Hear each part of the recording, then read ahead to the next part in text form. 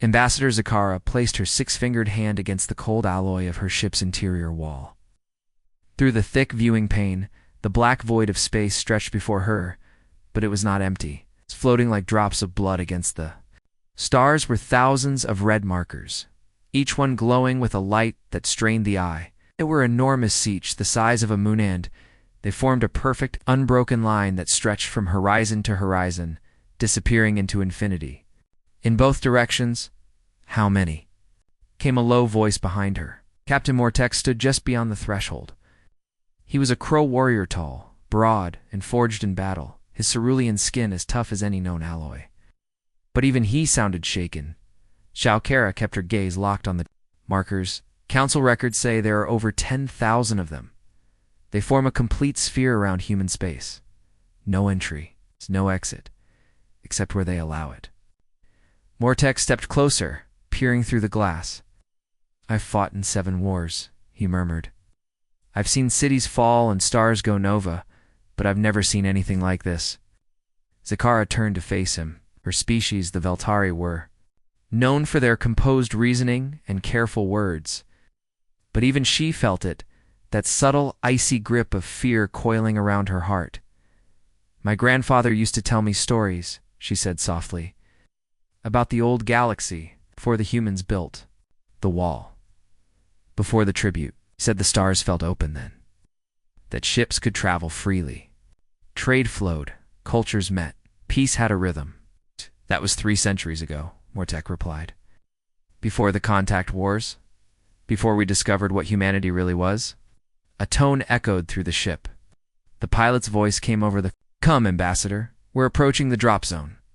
Human defense systems are scanning us now. Even knowing they were on an official diplomatic mission, even knowing they carried valid authorization, Code Zakara's heart quickened.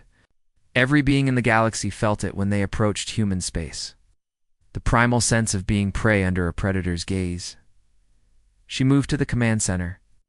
On the forward display, the red boundary markers faded as something else came into view. Massive orbital structures hanging in space like silent, armored cities. They dwarfed anything in Council territory. Bristling with weaponry and sheathed in energy fields no one could fully decipher, they radiated quiet menace. "Those are the defense platforms," said the pilot, a younger named Sashara. Her voice dropped to a whisper. "The Council's best minds have studied them for centuries. We still don't understand how they work." Mortek let out a snort. "What's there to understand? You point one at something, and that something ceases to exist." Zakara didn't respond. Her mind had drifted to history, to the lessons all young Veltari were taught. The contact wars, the galaxy's greatest mistake. 17 species, united under one misguided banner, the so-called Coalition of Preservation, had declared that humanity was too dangerous to be allowed to coexist with galactic civilization. Humans had only discovered faster-than-light travel 50 years prior. Their technology was primitive, their defenses thin, their expansion swift and reckless. They were deemed a threat. So the Coalition struck first. It began with orbital bombardments of Earth's cities. Human colonies were destroyed without warning. Over 2 billion people were killed in the first week. The plan had been swift annihilation, but they had miscalculated. "Drop zone in sight," Sashara reported, initiating tribute delivery. The viewport filled with a field of navigation beacons. This was the designated area. Every 3 months, species across the galaxy gathered their finest foodstuffs, raw materials, art, and technology. Not as trade, as tribute. The ship's cargo bay opened. Robotic arms extended and pushed out massive containers, each the size of a building, packed full. Dozens floated silently into space, drifting toward the defense platforms. "They're being scanned," said Sashara. "The readings, they're beyond anything our systems can process. Precision is overwhelming." Zakara watched as the containers disappeared into the platforms. She wondered, did the humans even need what they received? Is this about resources or reminders, Ambassador? Mortek asked. "May I ask something personal?" She glanced at him and nodded. "Double quotes, do you think we were right?" Back then during the war? Zakara was quiet for a long moment. The war was not spoken of openly. It was a wound every species had buried, never fully healed. The coalition saw human history, she said. Saw how violent it was. How quickly they adapted. How fiercely they expanded. They believed, perhaps rightly, that humans would one day dominate the galaxy. But their answer was extermination. And, Mortek pressed. She turned back toward the platforms. They were monuments. To survival and vengeance? Maybe they were right to fear humanity, she admitted. But they were catastrophically wrong about how to handle that fear. The contact war had lasted exactly 72 hours. Not because the humans surrendered, but because in that short time, the coalition's fleets were annihilated. Human retaliation was sudden, overwhelming, and, most disturbingly, incomprehensible. Coalition vessels vanished mid-flight. Orbital defenses shut down mid-battle. Command centers found their entire networks erased. Coalition leaders were dragged from supposedly secure bunkers by human forces. No one saw coming. The final blow came when the human fleet arrived at Unity Prime, the Coalition's fortified seat of power. Not a single defense fired. Not one shot was returned. The humans shut everything down, boarded the station, and took every leader alive. Then, they made their demands, a no-flee sphere 500 light-years in radius around human territory. No alien presence. No contact without permission. In exchange, humanity would not wipe the rest of the galaxy from existence. Everyone agreed, but they weren't done. From that point forward, every species coalition, or not, would pay tribute. Any who refused would be erased. Some called the bluff. The Morgoth Empire, who hadn't participated in the war, sent a single scout ship into restricted space. By the next day, our Morgoth species no longer existed. 43 homeworlds were scorched, fleets destroyed. Morgoth citizens living off-world simply vanished. No explanation.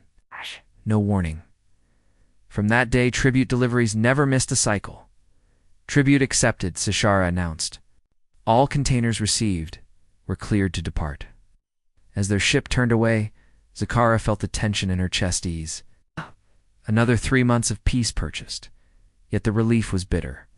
Her grandfather had lived in a galaxy of exchange, exploration, and shared discovery. Humans had once contributed, sharing music, art, and scientific breakthroughs. They had laughed, grieved, and marveled alongside other species.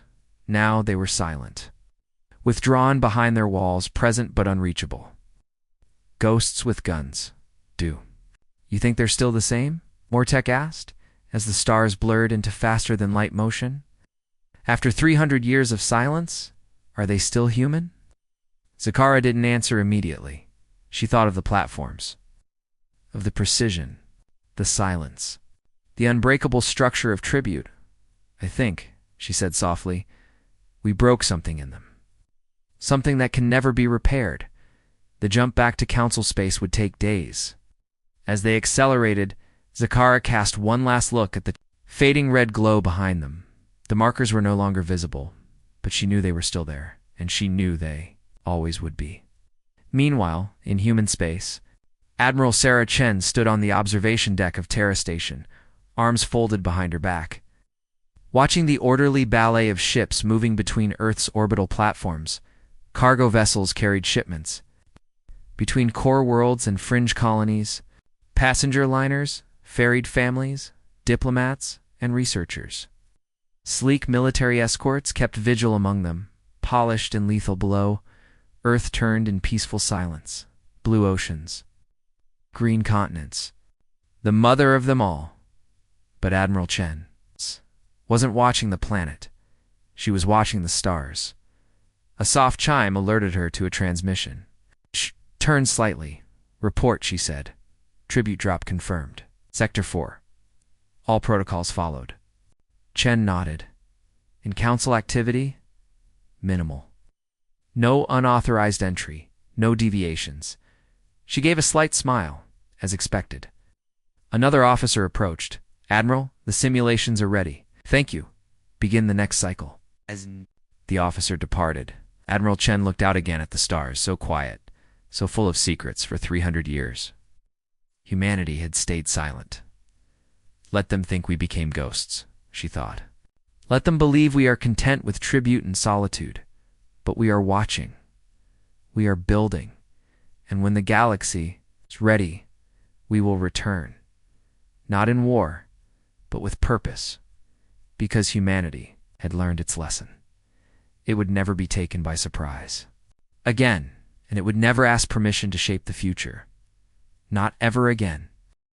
A black stone spire that pierced the sky like a wound that refused to close. At its base were the names, millions of names, intertwined in tiny, perfect script. Victims of the orbital bombardment, gone in a flash of fire and silence, Sarah and James stood before it without speaking. The monument radiated solemnity. Children played in nearby parks. Couples walked by holding hands. But here, no one laughed. Not out loud. This is where it all started, Sarah said quietly. The coalition thought we were weak. They thought we could be erased. And so, they tried. James studied the stone. His eyes traced the names, each one a life cut short. They failed. Yes, she said, they failed. And we made sure no one would ever try again. For a long moment, neither of them spoke. Then James asked, "Do you ever regret that we won?" Sarah turned toward him, and for the first time that day, she looked tired, not physically, but in her soul. "No. I regret what it cost us. I regret that we were forced to become what we are." She gestured back toward the monument. Those people deserved peace, not vengeance. They deserved a galaxy filled with wonder, not fear. But the war changed. Us. It had to. James nodded slowly. And now we're trapped behind the walls we built. Sarah looked up at the sky, where orbital patrols glinted in the sunlight. "We're safe, Lieutenant. But safety isn't the same as living." James's voice was quiet. "Do you think we'll ever open the gates again?" She was silent for a long time. "I don't know," she said finally. The young must be. "The ones to decide. My generation remembers the pain, but yours, yours, might remember the stars." As they turned to leave the plaza, a soft wind passed through the trees. The black spire stood unmoving, unchanging. But the air around it seemed to breathe, live with memory, with grief, and with the faint. Distant echo of hope tar above, Terra Station continued its silent vigil, and beyond that, the vast red sphere of human-controlled space pulsed like a living heart, guarded, impenetrable, and alone. But deep inside that heart, a question stirred, not of power, not of revenge, but of possibility. "What I'm about to show you," she said seriously, "is the most important moment in human history." Captain Santos pressed her hand to the panel. The massive doors slid open with a soft hum, revealing a circular chamber lit by soft golden light. The cadets stepped inside slowly, instinctively quieter now, as if entering a sacred place. The walls of the chamber came alive with holograms moving, speaking, reacting as if time itself had been captured. In the center of the room floated a single monumental image, a human hand reaching out through a force field, fingers extended, open. On the other side of the barrier, an alien hand-scaled, six-fingered, slightly translucent stretched out to meet it. They never touched, but the symbolism was unmistakable. This, Maria said, stepping into the center of the room, was the first handshake. Not physical, but diplomatic. This moment marked the beginning of humanity's entry into the galactic community. The cadets looked around, mesmerized as the room began to shift. The walls displayed scenes from the years that followed humans walking side by side with alien allies on strange new worlds. Participating in joint research missions, performing music together, debating in galactic forums. Those years were brief, Maria said. But they were the most extraordinary in our history. For the first time, we were not alone. And for the first time, we had to define who we were, not just to ourselves, but to others. Cadet Reynolds raised her hand hesitantly. Captain, was the galactic community really peaceful? Or were we just naive? Maria turned to face her. Both the community was peaceful on the surface, but beneath it there was fear. Some species saw our rapid progress, our adaptability, our ambition, and they grew anxious. We were too different, too unpredictable, and they decided to end the risk before it grew. The room darkened. New images emerged: orbital strikes, burning cities, dying colonies. The cadets flinched. Some looked away. "This is the contact war," Maria said quietly. 17 species formed what they called the Coalition. They launched a surprise attack, believing they could wipe us out in days. A brief silence passed. They were wrong. The next set of holograms showed human counterattack spheres, strategic, relentless. Entire enemy fleets blinked out of existence. Coalition leaders surrendered. Our homeworlds fell silent. "You know the outcome," Maria said. At "The cost." She gestured, and the final image appeared. Earth, surrounded by a ring of red light, thousands of defense platforms, glowing like blood embers. This is what we built after the war. A wall of steel, fire, and silence. We called it the Red Line. No one crosses it without permission. And for 300 years, no one has. The cadets stood in stunned silence. Some looked angry, some proud, others thoughtful. "Why are you really showing us this?" Rinalds asked at last. Maria looked at her, then at all of them. "Because you are the next generation. You'll command ships, you'll make decisions. And you must understand that humanity is more than a fortress. We are explorers, dreamers, builders. We have let fear and pain define us for too long." She paused. "The question before you isn't whether humanity can survive. We've already proven that. The real question is, can we live again?" She let the words hang in the air. Then she turned and led them out of the chamber. Behind them, the two hands in the center of the room, one human, one alien, remained outstretched, forever reaching across a distance that had once seemed so small, and now felt impossibly vast. Changed, yes, cautious, scarred, watchful, but still alive. Captain Maria Santos stood in the quiet of the museum's entrance hall, lone now, the echo of the cadets' boots fading into the distance. The galaxy map above her continued its slow, serene spin, golden threads, still connecting star systems that humanity no longer touched. For a moment, she let herself imagine what might have been, what could still be. She reached out and tapped a small control node on the wall. The map shifted. The red sphere of human space reappeared, dominating one quadrant of the galaxy like a glowing wound. The golden thread stopped at its edge, severed. "We built a fortress," she whispered to herself, "when what we needed was a bridge." There had been whispers in the highest levels of command about a possible change-an initiative known only by code, Project Second Dawn. A quiet movement within the Admiralty and certain scientific institutions, studying the possibility of cautious re-engagement. Nothing official.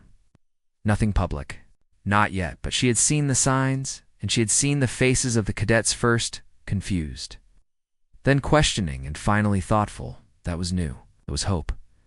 Maria turned away from the map and headed outside. The sky above Remembrance was clear. A transport shuttle waited to take her back to orbit.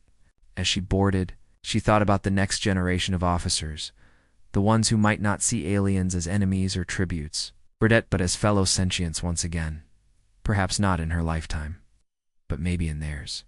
Because while the red markers still stood like sentinels in space, burning warnings to all who dared approach, there was still a galaxy beyond them. A galaxy that had tried, for one shining moment, to welcome humanity.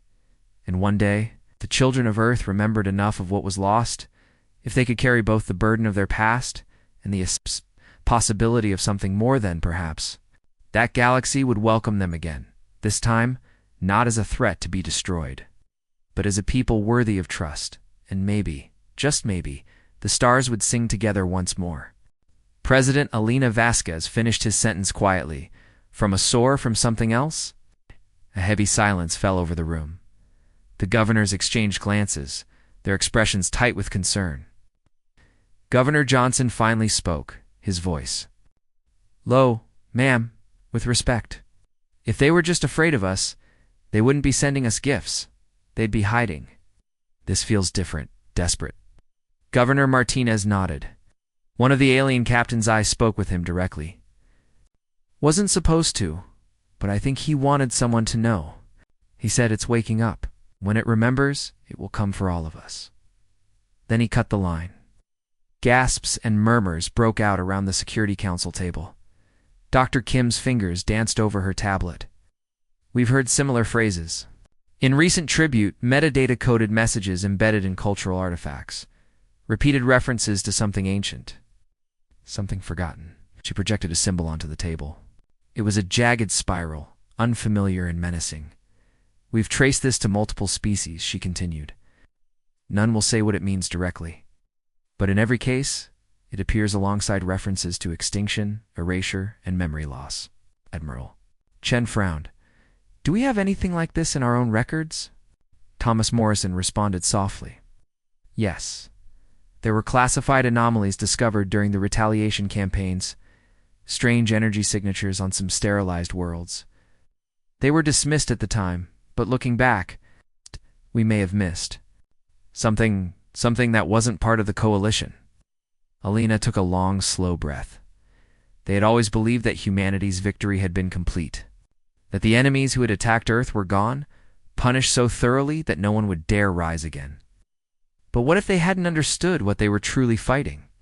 What if the coalition had betrayed humanity not out of greed or fear, alone, but because they themselves had been afraid of something older, deeper, a final safeguard, a necessary evil, a failed attempt to stop something before it was too late. And now, 300 years later, whatever they had feared might be stirring again. Alina looked to the faces of her council scientists, saw in them the reflection of her own fear. The fear not just of war, but of the unknown, and of having sealed themselves away while the rest of the galaxy whispered warnings to each other in the dark. She stood slowly. Her voice was steady. We will not respond to the message. Not yet, but we will prepare. I want every deep space. Sensor pointed at those 17 dead systems. I want Black Ops recon probes launched yesterday. Want a full psychological analysis of the tribute shipments for the past 10 years. She turned to Admiral Chen. Activate Silent Protocol 0. Full readiness. But quietly. We don't want to start a panic. Not yet. And the message? Dr. Morrison asked. Alina looked at the image of Prime Director Kasarian Ernest, and unaware of what hornet's nest she might have just kicked, she walked over to the console and tapped the interface. The alien leader froze mid-sentence. Archive it, Alina said quietly, and pray we never need to answer. Then, for a moment, just a moment, she whispered to herself the words her grandmother once said in the ruins of Earth. The worst part was the silence. Stars vanish. Kasara's eyes met hers. We thought so too. Until it started happening. The room fell silent. Ambassador Park's hands tightened around the edge of the console. He had seen planetary bombardments. He had seen extinction carried out by fire and fury, but this was something different, something quiet. No explosions. No invasion fleets, just ... silence. As if something had erased entire solar systems without a trace. Do you have any theories? He asked, forcing his voice to remain steady. Kasara nodded slowly. Only fragments. The Council has begun to call it the null bloom. Some believe it is a weapon. Others think it is a natural phenomenon, perhaps a form of dark energy collapse. But there are ... patterns in the paths it takes. It avoids certain systems, lingers in others. It moves intentionally. Captain Rodriguez crossed her arms. You said earlier the galaxy needs our help. Why us? Why now? Because humanity is the only civilization that has ever come back from extinction, Kasara replied. The only species that turned annihilation into strength. We do not understand what's happening. We've lost our unity, our confidence. The Council is fractured. Old rivalries are flaring again. We need help from someone outside the political spiral. You think that's us? Park said, voice quiet. Kasara's voice grew softer. We think, ... The null may not recognize you as part of the network. You were disconnected when it began. That makes you invisible to it, or at least immune for now. Park turned to Rodriguez. Her expression was skeptical but not dismissive. The old fear was there, but also something else. Curiosity. How long before it reaches our borders? Park asked. Kasara hesitated. At the current rate, 5 years, perhaps less, but it may accelerate. Every system it consumes seems to feed its expansion. Rodriguez looked at Park. Sir, if this is true, the red line defenses won't matter. Can't shoot what you can't see. Park nodded slowly. Kasara leaned forward. Help us. Rejoin the galactic community. Share what you've learned during your isolation. We will give you everything we have. Our fliance, our records, our fleets. But we cannot face this alone. Park stared at the void-like blotches on the star map. He remembered standing on ruined Earth. Decades ago, looking up at a burning sky, he remembered how close humanity had come to vanishing. He remembered the bitter vow, never again, and now. Perhaps it was happening again, not just to humans, to everyone. He turned back to Kasara. You'll have our answer soon, he said quietly. And then, for the first time in 3 centuries, Ambassador Thomas Park opened a secure channel from the edge of human space and reached back out into the stars. Stars disappear. We thought so too, Kasara replied, until we sent a probe into one of the dark zones. The screen changed again, displaying what looked like sensor readings from a deep space exploration vessel.